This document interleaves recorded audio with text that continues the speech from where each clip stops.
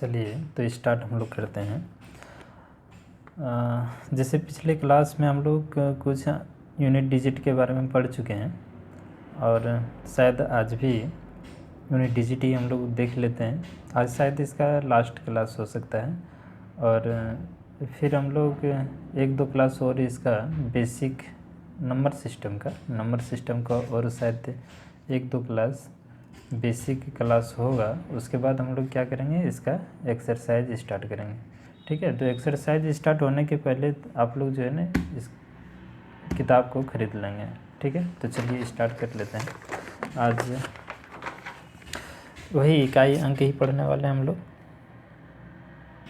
इकाई अंक जिसको हम लोग क्या कहते हैं, यूनिट डिजिट।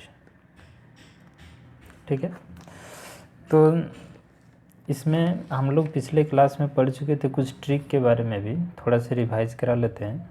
बोले थे कि किसी भी संख्या का अगर आधार में 5 और कोई भी सम संख्या उसी सीरीज में सम संख्या रहे तो इकाई अंक 0 लिख दीजिएगा। और बोले 5 और उसी संख्या में गुना में अगर इकाई अंक विषम संख्या रहे तो इकाई अंक क्या आता है, 5 आता है। और हम लोग क्या पढ़ चुके हैं कि पूरे सीरीज में मान लेते हैं कि कोई इस तरह का सीरीज आपको पूरा लिखा हुआ मिले और इसमें इकाई अंक अगर 0, 0, 1, 5 और 6 मिले तो ये चेंज नहीं होता है, नो चेंज होता है। क्लियर है, यानी कि इसका इकाई अंक नहीं बदलता है।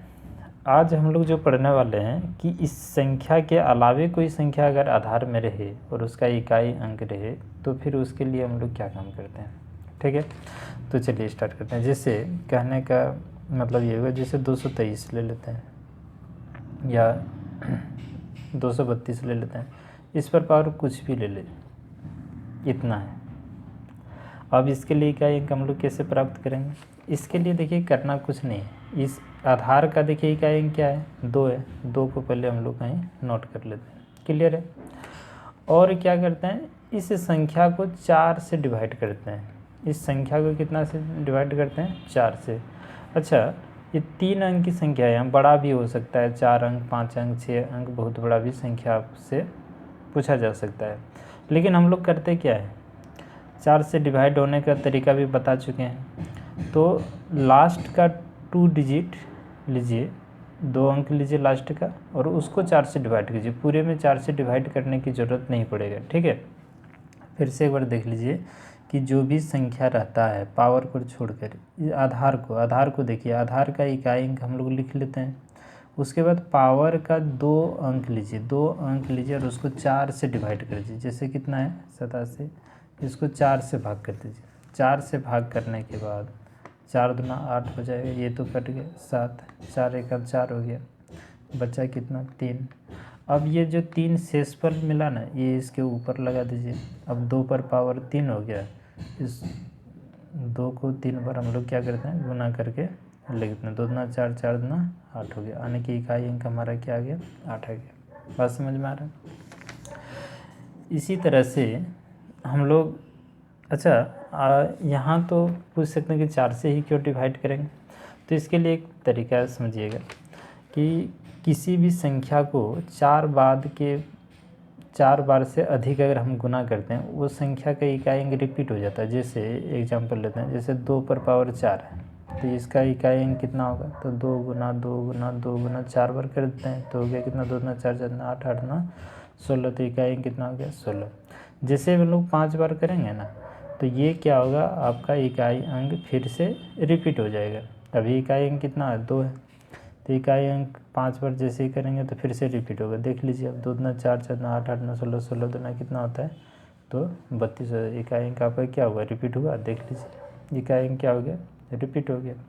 इसीलिए हम लोग क्या करते हैं, क्योंकि हमें इकाई अंक से मतलब है, 4 बार में हमको इकाई अंक मिल जाता है, परफेक्ट इकाई अंक जो होता है वो मिल जाता है। जैसे 6 से 5 बार करेंगे तो फिर से रिपीट वही आ जाएगा।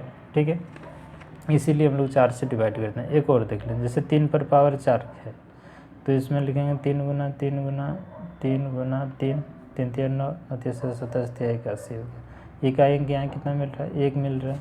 और जैसे ही 3 को 5 बार गुना करेंगे तो ये फिर से रिपीट हो जाएगा। 3 गुना 3 गुना 3 गुना 3 गुना 3, तो देखिए 3 3 9 3 87 81 और 81 तिया कितना हो जाएगा 3 3 8 24, इतना हो गया। तो इकाई अंक का फिर से क्या होगा, रिपीट हो गया। बात समझ में आ रहा है? इसीलिए हम लोग किसी भी संख्या के ऊपर पावर, और याद रखिएगा कि 0 1 5 6 के अलावा कोई ऐसा संख्या मिले आधार में और उसका इकाई अंक जैसे 2 रहे, 3 रहे, है ना, 7 रहे, 8 रहे, 9 रहे, इस तरह का संख्या रहे इकाई अंक में, और पावर बड़ी संख्या कोई रहे, तो हम लोग क्या करते हैं, उस पावर को भाग करते हैं 4 से। ठीक है। अब यहाँ ये पूछ सकते हैं कि जैसे शेष कभी हो सकता है कि पावर में, जैसे एग्जांपल में ऐसे ही कोई ले लेते हैं, जैसे 180 ले लेते हैं और इस पर पावर 0 आ गया, तो ये पहले वाला रूल हो गया, हम लोग 8 करते हैं। ठीक है, और यहाँ करते हैं इतना।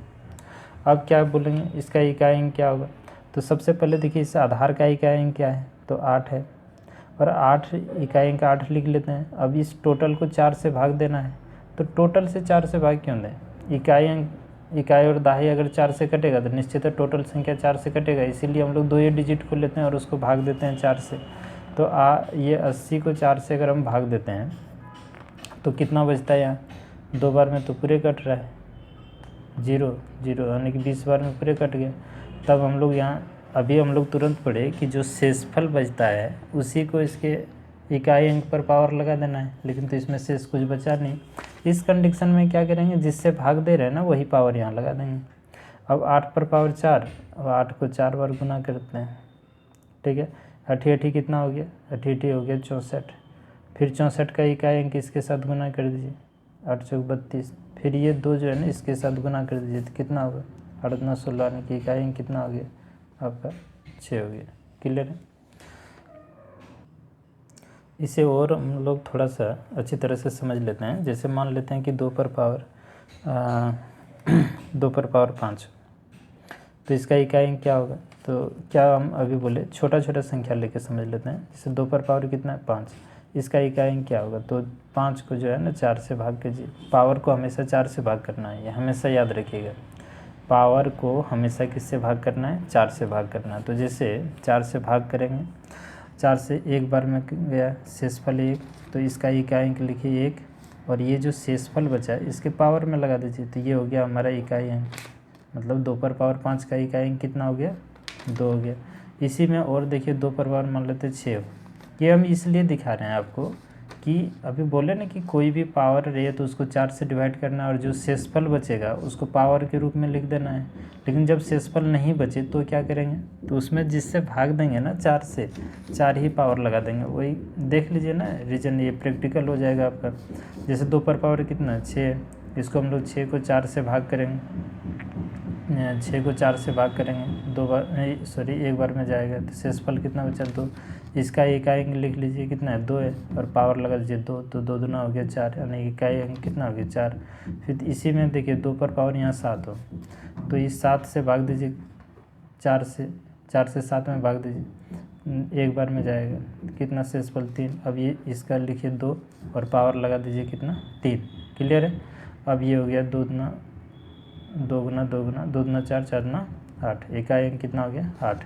इसी तरह से मान लेते हैं 2 पर पावर यहाँ 8 रहे, अब ये तो 4 से पूरा पूरा कट जाएगा, 4 से 8 को भाग देंगे तो ये तो पूरा पूरा कट गया, 4 दूना 8। तब क्या करेंगे, तब ये तो आधार हम लोग लिख लेते हैं इकाई अंक 2। अब पावर क्या लगाएं, तो जब शेष कुछ नहीं बचता है तो यही पावर यहाँ डाल देते हैं, तो 2 गुना 2 गुना 2 गुना 2, 2 दूना 4, 4 दूना 8, 8 दूना 16, ने इकाई अंक कितना हो गया 6 हो गया। क्लियर है?